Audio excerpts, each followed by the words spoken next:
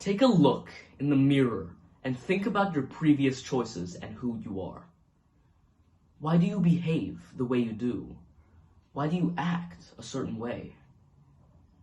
Who you are is heavily influenced by your social environment, and that, of course, includes an authority figure. When I was young, every time I stepped out of line, I would be met with a scolding.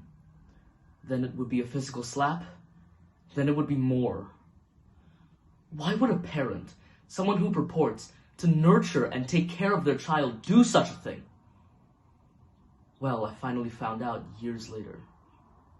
Over dinner one night, my father mentioned how his father used to be physically abusive with him. It was a casual comment, and nobody really took notice. Nobody felt odd. It was almost as if this was normal, except it really isn't. This is generational trauma, where one person faces traumatic experiences and, instead of trying to overcome it, they try to normalize it by repeating the cycle, just to cope.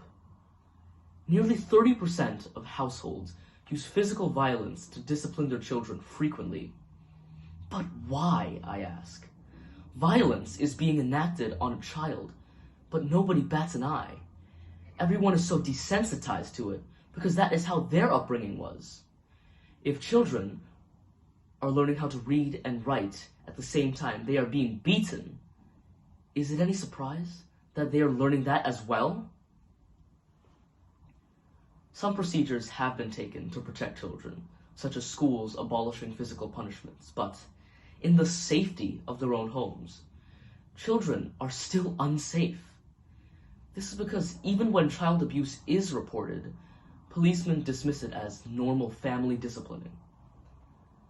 There is a Chinese saying that says, "The wisest official cannot handle family matters," and policemen use this as an excuse to brush off reported cases of child abuse. And the violent cycle continues.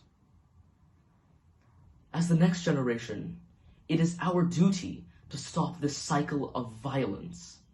If you were beat as a child, that should be a sign to treat your next of kin better.